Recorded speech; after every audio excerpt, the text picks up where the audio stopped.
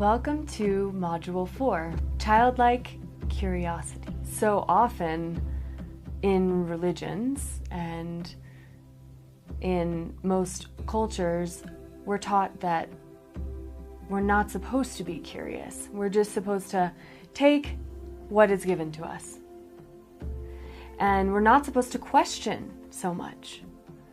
And, Eve got into trouble from Adam and Eve because she questioned and she was curious. And so often we're not supposed to be curious, or the curious is for children. It's for the young ones. And then when we get older, we learn and we come to our senses, and we no longer need to have an imagination. We no longer need to wonder. And I think that's where we've gone wrong. We do need to wonder. We do need to explore and be curious and ask a lot of questions. And that's what I ask of you. Ask a lot of questions. See if this makes sense to you. Do not take my word for it.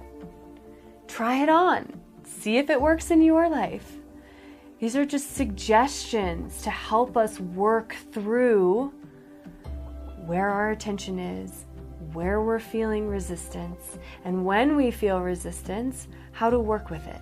And so for me, what's been so supportive, specifically in my therapeutic work and in my medicine work, is being curious with childlike wonder. So when I think of childlike wonder, I think of, those little eyes on a child that just get so big and they say, "What's that? How? How does that work? I don't understand. Look at me, watch," right? There's all these little things that these kids do where they're just soaking in information all the time. It's important for us to distinguish the difference between being curious, looking for an answer, as if there is a right answer, which is very analytical, and instead coming from a place of innocent, childlike curiosity that just wants to feel, wants to play, wants to dance, wants to explore, without needing to be caught up in the controlling part of ourselves that really likes to come online when we are in our adulthood. So there's a balance here, right? There's a childlike curiosity that comes from a deep inner listening, which is the next module, on how do we actually listen to ourselves with curiosity. And what I would say to that is by listening to our bodies, because our bodies really know. They fully know. And it's important for us to, in my view, tune into our imagination. Because if we can't imagine a different planet, if we can't imagine a different way of being, of seeing, of learning, of growing, then we're going to stay here in the status quo, in the societies that is killing the earth and that's continually going downhill with mental health, right? So it's important that we actually practice being imaginative. So in the PDF, you'll notice I have questions that bring up your imagination, that bring in your curiosity, that allow for us not to be analytical about things, but let's just play, let's just dream. This is tuning in very much to the East that we talked about in the wholeness practice, the innocent sage trickster. We don't have to take life so seriously. We can have fun with it. We can laugh and play, and we can also see it with fresh eyes. Like we've never seen this day before. We've never taken this breath before, because we haven't.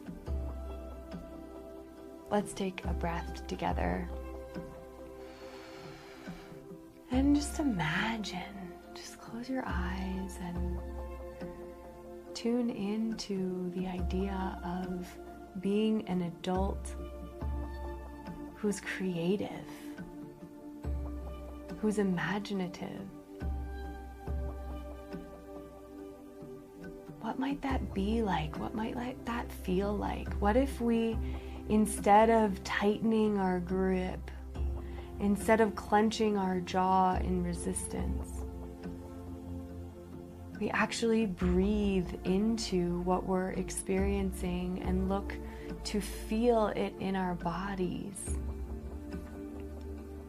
from a kind and gentle, loving, compassionate place. Tune into the feelings that you have here.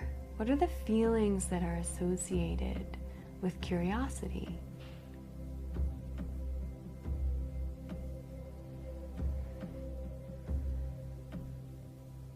For me, there's wonder and awe and joy and laughter.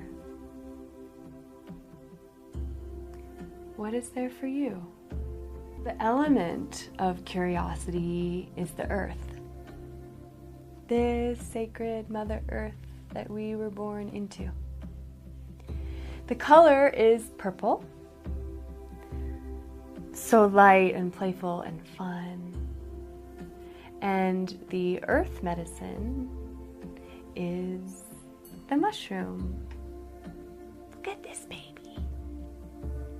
So beautiful. So much complexity. So much to explore within this world of the mushroom. And the spirit of the mushroom is the child. And the mushroom has this magnificent way of creating this mycelial network that links one tree to another tree so that they can be in communication. And it's so simple and clear and takes organic matter and turns it into soil that is fertile for our life. And it links us back to the basics, back to where we come from. Our bodies are made of the earth. And it's so important for us to remember where we come from. And the mushrooms are a direct access point back to where we come from. So the philosophy of childlike curiosity and tuning into our imagination is really going back to the basics, back to our roots. Be sure to follow up with the PDF to do our earth-based practices so that you can try on curiosity and that you can practice, because again, it's a skill. Our attention needs to go to being curious so that we can start working that muscle so that we can strengthen it and it can grow over time as we rewire and change our neural networks for more peace and more love and more interconnectedness of us all. Thank you.